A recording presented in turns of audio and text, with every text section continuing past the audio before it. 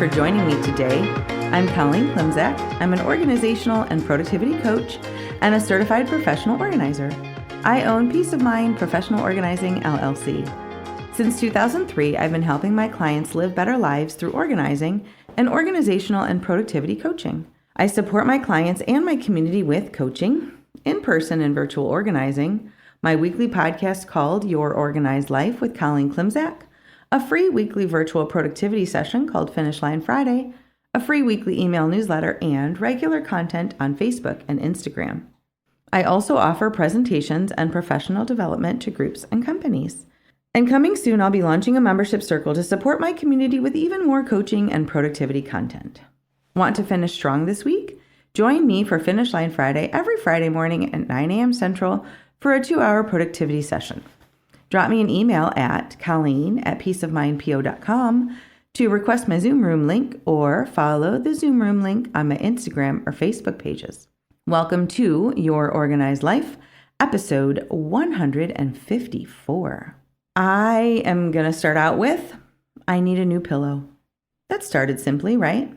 I started writing this content on Sunday morning after the time change. For once, that morning, I woke up naturally without an alarm or the fear that my phone somehow wouldn't change times automatically and then the alarm wouldn't work. Yes, I have this fear every year. Seriously.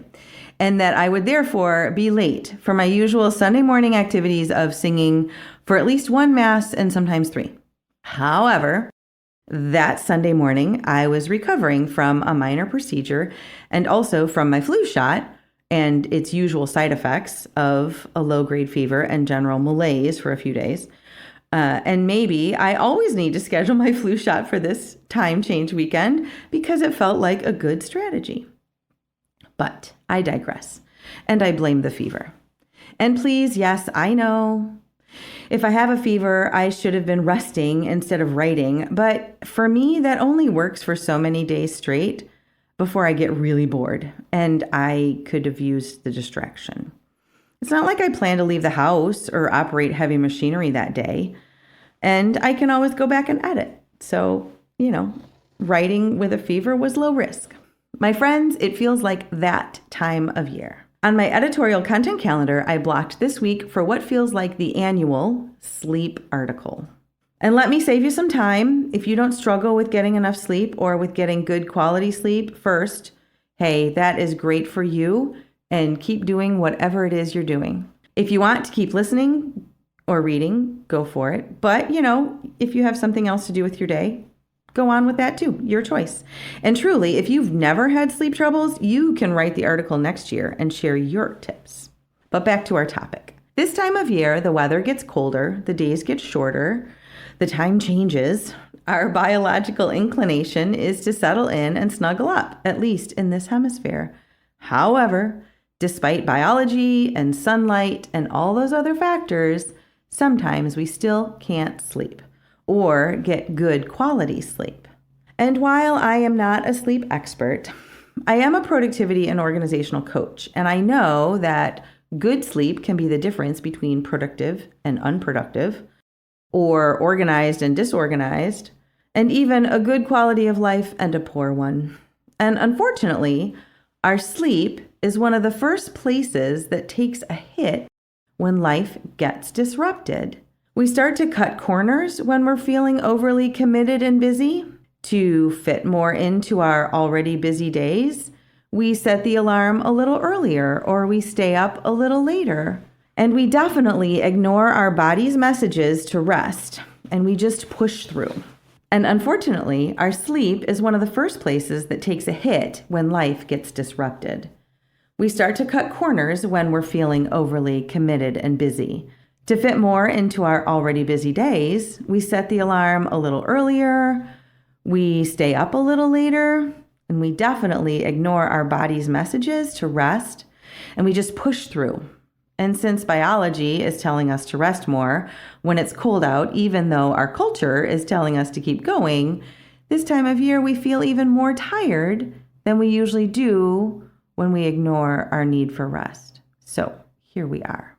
In my laying low these last few days, I have gotten through my periodicals reading pile, Yes, that's a thing. And there was a great article in Real Simple from September. Like I said, catching up. And that article suggested that we take care of our sleep as we would a good friend. We should be happy when sleep comes, however it comes, like a good friend. And we should, in quotes, provide the things it needs to thrive: a consistent routine, a comfortable environment, regular exercise, and mental and physical self-care. Like I said, I really liked that article. And I really appreciated this low-key and affirming approach. As an aside, please remember that when we decide to make changes, we can start with a few simple changes and firm up those habits, as opposed to believing we need to make huge sweeping changes all at once. If you remember nothing else about this week's article, friends, remember this: you have agency and you have options when it comes to sleep and rest and really everything else. If your sleep has been suffering and now you're suffering too, there is always hope. You can make changes and try different options to find solutions for yourself, and that is really good news. Getting a good night's sleep isn't just about the business between 10 p.m. and 6 a.m. or whenever your bedtime and wake time are. It is a 24-hour consideration. So let's walk through the factors that impact our sleep, what they are, and what to do about them. First up, lighting, the bad and the good. So of course we need lighting. Of course we do. I'm not suggesting that we need to sit in the dark all day, but we need to understand the effects that lighting can have on our body and on our sleep. Technology and artificial lighting bring the wrong kind of light into our eyes and brains in the evenings, and that might make it difficult for us to fall asleep. So now that we know that, what to do about it? We need to expose ourselves to natural light first thing in the morning and bright light during the day. Consider investing in a SAD, seasonal affective disorder therapy lamp, especially to use on cloudy days when natural daylight is lacking. And I love my Happy Lamp. I got it at Menards for like $20 last year. It's awesome. Also, use warm white and yellow light bulbs for cozy indirect lighting in the evening.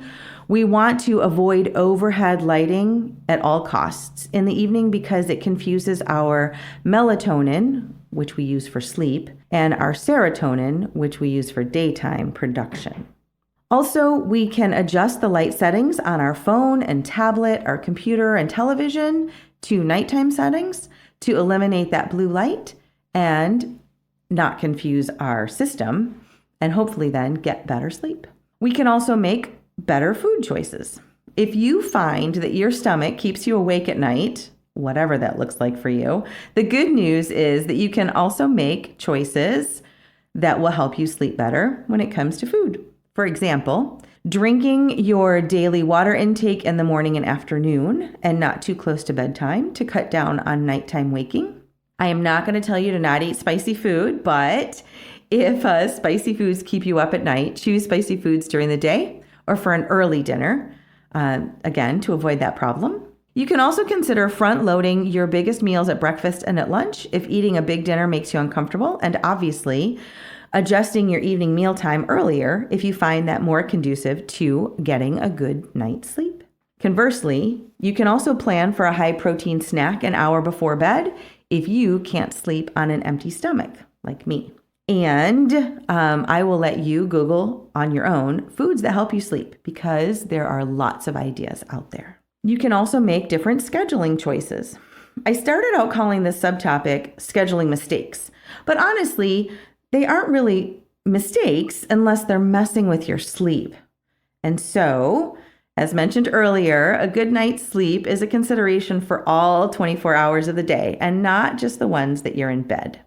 Some things to think about: going to bed and getting up at the same time every day if possible or close. I will not tell you to get your full 8 hours since some adults need less and some need even more. What I can say is that we can adjust our bedtimes and wake times to where we fall asleep when we go to bed and awake rested, sometimes even without the alarm clock. And again, try to stay close to your target bedtime and wake time, even on weekends and vacations. Also, when we consider scheduling, we need to be aware of medication and supplement side effects that might keep you awake and move those earlier in our day. For example, in my recent ADHD article, I mentioned that a higher dose of my ADHD medication kept me awake. And so we adjusted the dose down, and I also make sure to take it first thing in the morning. The same goes for exercise.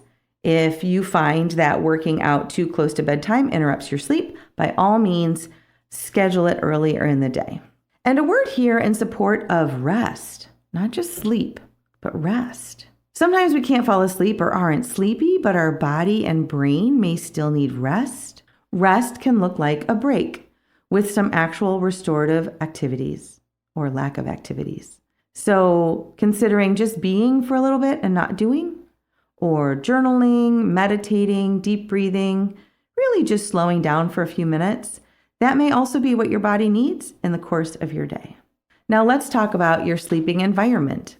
The National Sleep Foundation tells us that people who make their beds daily are more likely to sleep very well at night. And 71% of us sleep better in a fresh-smelling bedroom. In addition, the NSF tells us that a cluttered room reminds us of unfinished tasks, whereas a calm and uncluttered room helps us relax. A strategy might even be something simple as closing closet doors and dresser drawers to further soothe us and send us off to dreamland. We all sleep best in a cool but not cold, dark but not too dark, and quiet but not too quiet room. So experiment with the best combination for yourself. Consider temperature, lighting, blankets, weighted blankets, a fan, or silence, white noise, you name it. When I teach this content in my career readiness courses, I remind my students that they have agency and choices. You can make changes and try different options to find solutions for yourself. Another factor that might negatively impact your sleep is underlying health issues. I am not a doctor and I do not play one on TV, but there might be medical issues, diagnosed and undiagnosed, that are messing with your sleep or your partner's sleep, and that messes with yours too. Sleep apnea, snoring, restless leg syndrome, the list goes on and on. Consult with your healthcare professionals regarding your sleep and your pharmacist regarding medications. I know I'm being purposely vague because I trust you with your own medical challenges, so I'm not going through an exhaustive list here. But as an example, a few years ago, leg pain was keeping me awake when I was trying to go to sleep until a comment to my doctor sent me to PT for a few months. And now I have stretching strategies and no more leg pain. Of course, if you're like me, there's also menopause. Don't even get me started. But I reached out to my doctor a few weeks ago about that too. The point is, do not share the burden alone and reach out to your professionals. And then finally, and this is a big one, our sleep can be impacted for better or for worse by our own brain, by technology, and even by something called sleep anxiety. So this subsection started out as 3 different sections, but they're related, so it's all the same. I'll start with how technology can impact our sleep. I already suggested adjusting the lighting on your technology. And here's an appeal from personal experience. Late night doom scrolling disrupts our sleep. I have tracked with metrics the effect of doom scrolling social media before bed on my own quality of sleep. And I both sleep less and also have poorer sleep quality when I scroll social media before bed. So set a timer for yourself to remind you to put down your phone at a certain time. And I know the irony there, right? It's a timer on our phone to remind us to put down the phone. But there are also apps that you can use to keep you from using certain apps during certain times of day.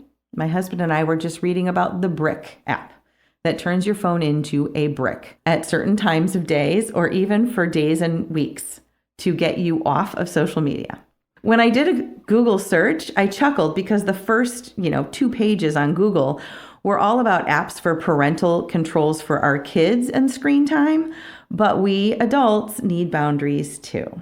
Another good and bad tech challenge, sleep anxiety exists. Did you know that? It's a type of performance anxiety when you freak out about not sleeping and the stress in turn keeps you from sleeping.